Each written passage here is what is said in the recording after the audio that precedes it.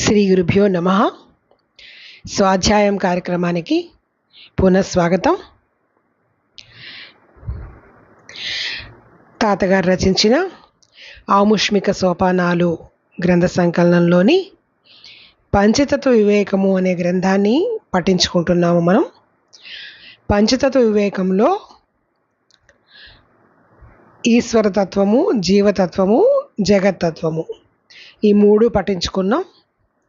ఈరోజు నుంచి ఐక్యతత్వాన్ని కూడా పఠించుకోవడం ప్రారంభించుకుందాం. శ్రీ గురుభ్యో నమః. ఐక్యతత్వము. జగత్తు, జీవుడు, ఈశ్వరుడు అను మూటి తత్వములను ఇంతవరకు విమర్శించి ఉన్నాము. అందు జీవులకు భోగ్యముగానున్న జగత్తు మిథ్య అని రుజువు చేయబడినది. ఈశ్వర జీవులిరువురు వారి ఉపాధులకు మాయా అవిద్యలందు తోచిన ఒక్కడగు పరబ్రహ్మము యొక్క ప్రతిబింబులే అయి మాయా విద్యలందలి భేదముచే వారు కూడా భిన్నులుగా తోచిరి. కానీ విచారించేసరికి ప్రతిబింబము బింబము కంటే వేరు కాదు కనుక వారిరువురును పరబ్రహ్మము కంటే వేరు కాదు. ఇట్లు జీవేశ్వరులిరువురు ఒక్కడగు బ్రహ్మమేనని తెలియుటే ఐక్యము. ఇది ఏ ముక్తి. ఇట్లు తనను బ్రహ్మముగా తెలియనంత వరకు భయము, దుఃఖము తొలగవు. ద్వితీయాద్వై భయం భవతి. రెండవ వస్తువు తోచుటే భయము. మృత్యోస్స మృత్యుమాప్నోతి య ఇహ నానేవ పశ్యతి. ఒక్కడగు బ్రహ్మమందు నానాత్వమునెవడు చూచునో అతడు మృత్యు పరంపరలో మునుగును. భీషాస్మాద్వాతః పవతే. వాయువు, అగ్ని, ఇంద్రుడు, యముడు మొదలగు దేవతలందరికీ ఈ ఏకత్వ విజ్ఞానము లేనందున భయమే మిగిలి ఉన్నది. ఈ మొదలగు శృతి స్మృతులు వేనవేలుగా ఏకత్వ విజ్ఞాన విహీనునికి దుఃఖము తప్పదని ఘోషించుచున్నవి. అదిగాక యజ్ఞాత్వా మోక్షసే శుభాత్. ఏది తెలిసినందున జీవుడు అశుభమగు సంసార దుఃఖము నుండి తరించునో అట్టి తత్వమును చెప్పెదనని ప్రతిజ్ఞ చేసి సర్వజీవుల శ్రేయస్సును కోరి ప్రవర్తించు శాస్త్రము జీవులకు దుఃఖము లేశము కూడా మిగల్చక అఖండ ఆనందావాప్తి కలిగించుట కొరకు ఉపనిషత్తులన్నింటి యందును ఏకకంఠముగా జీవ బ్రహ్మైక్యమునే బోధించినది. ఇట్లు జీవ బ్రహ్మైక్యమును బోధించు ఉపనిషద్వాక్యములకు మహావాక్యములని పేరు. ఉపనిషత్తులందు ఇట్టి మహావాక్యములు ఎన్నియో కలవు. అందు ముఖ్యముగా 4 వేదముల నుండి 4 మహావాక్యములు ఉపదేశవాక్యములుగా గ్రహించబడి బ్రహ్మ విద్యా సాంప్రదాయమునందు పరంపరాయుతముగా ఉపదేశించబడుచున్నవి. అవి ఋగ్యజు సామ అథర్వణ వేదముల నుండి వరుసగా ప్రజ్ఞానం బ్రహ్మ, అహం బ్రహ్మాస్మి, తత్వమసి, అయం ఆత్మా బ్రహ్మ అయి ఉన్నవి. ఈ మహావాక్య బోధ కంటే మించిన ఉత్కృష్టమగు జ్ఞానము మరొకటి లేదు. ఇది తెలిసిన ఇక తెలియవలసినది ఏమీయూ మిగలదు. తక్కిన కర్మోపాసనలనియు పరోక్ష ఫలములనిచ్చునవే అగుటచే తిరిగి దుఃఖము తప్పదు. మహావాక్యోపదేశము వల్ల తానే బ్రహ్మ యగుటచే తాను సర్వదేవతలకు అధిపతి అయి అఖండ అద్వితీయానంద స్వరూపుడగును. ఈ మహాప్రయోజనము మరి దేని వల్లను పొందజాలరు. అదండి ఇంతవరకు పట్టించుకున్నాం.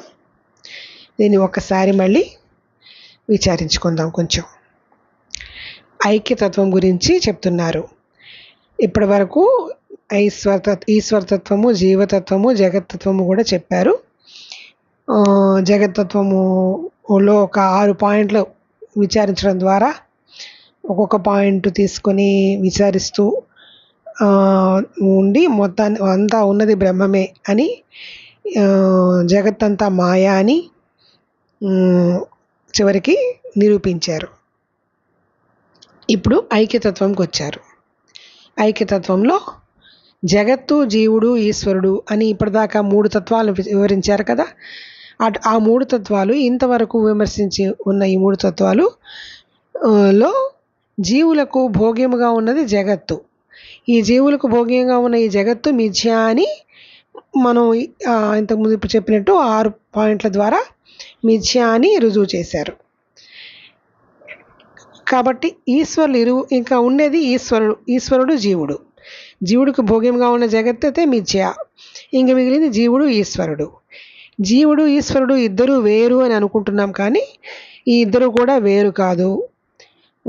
మాయా అవిద్యలందు తోచిన ఒక్కడగు పరబ్రహ్మమే ఇది. ఆ రెండు కూడా మాయా అవిద్య భేదముచే వారు కూడా భిన్నులుగా కనబడుతున్నారు, వేరే వేరుగా కనబడుతున్నారు.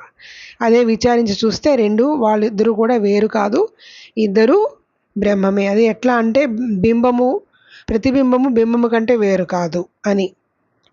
ఎలా అయితే నీడ వస్తువు కంటే వేరు కాదు అని, రెండు ఒకటే అని ఎలా ఉంటుందో ఇది కూడా అలాంటిది అని చెప్తున్నారు.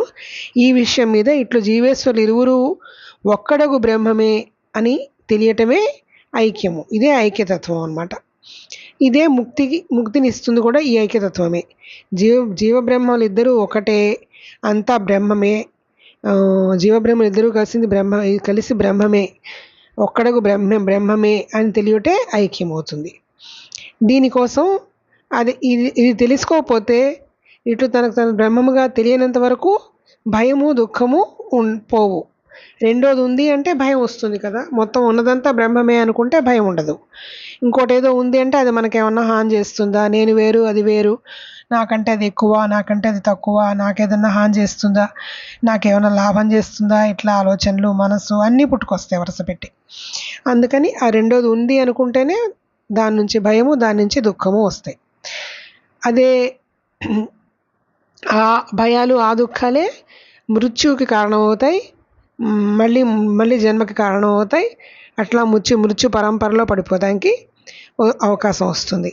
కానీ ఈ జీవతత్వం, ఈశ్వరతత్వం ఒకటి అని తెలుసుకోకపోతే దేవతలు అని చెప్పే దేవతలుగా భావిస్తున్న ఇంద్రుడు, వాయువు, అగ్ని, యముడు వీళ్ళందరికీ కూడా ఆ ఏకత్వ జ్ఞానం కనుక లేదు అంటే భయమే ఉంటుంది. వాళ్ళకు కూడా ఏకత్వ జ్ఞానం లేనంత వరకు భయమే ఉంటుంది. ఈ విషయాల్ని శృతి చాలా గట్టిగా చెప్పి, శృతులు ఎప్పుడు కూడా, శాస్త్రం ఎప్పుడు కూడా సర్వజీవుల శ్రేయస్సును కోరుతుంది కదా. శ్రేయస్సును కోరేదే శాస్త్రము.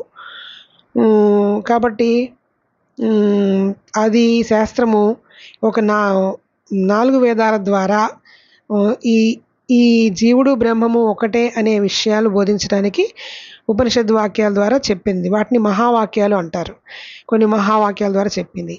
ఈ మహావాక్యాలు చాలా ఉన్నాయి, కానీ అందులో ముఖ్యమైనవి 4 వేదాల ద్వారా వరుసపెట్టి ఋగ్వేజు, సామ, అథర్వణ వేదాల నుంచి, అంటే ఋగ్వేదం నుంచి ప్రజ్ఞానం బ్రహ్మ, యజుర్వేదం నుంచి అహం బ్రహ్మాస్మి, సామవేదం నుంచి తత్వమసి, అథర్వణ వేదం నుంచి అయమాత్మ బ్రహ్మ అని 4.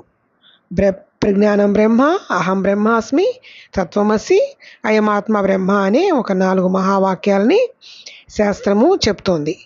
ఈ మహావాక్య బోధ కంటే కూడా మించిన ఉత్కృష్టమైన జ్ఞానము ఇంకొకటి లేదు. ఈ మహావాక్యాలను కనుక సరిగ్గా విశ్లేషించుకొని తెలుసుకుంటే ఇక మనం అంతా బ్రహ్మమే అనే విషయంలో ఖచ్చితంగా నిర్ణయించబడిపోయి ఉంటాము. దానికంటే ఉత్కృష్టమైన జ్ఞానం ఇంకొకటి లేదు. ఇది తెలిసిన తర్వాత ఇంకొకటి తెలుసుకోవాల్సింది కూడా ఇంకేమీ మిగలదు అని చెప్తున్నారు. తక్కిన కర్మోపాసనని ఇది కాకుండా వేరేగా వేరే ఏ కర్మోపాసన తెలుసుకున్నా అది మళ్ళీ అజ్ఞానాన్నే ఇస్తుంది, పరోక్ష ఫలాన్ని ఇస్తుంది. ప్రత్యక్ష ఫలమైన ముక్తిని ఇవ్వదు. పరోక్ష ఫలమైన మనం కోరుకున్న కోరికలు ఉంటాయి కదా, అవి చిన్న కోరికలు అవేవో తీరుతూ ఉంటాయి. దాని నుంచి మళ్ళీ దుఃఖాలు అయితే పుడుతూనే ఉంటాయి.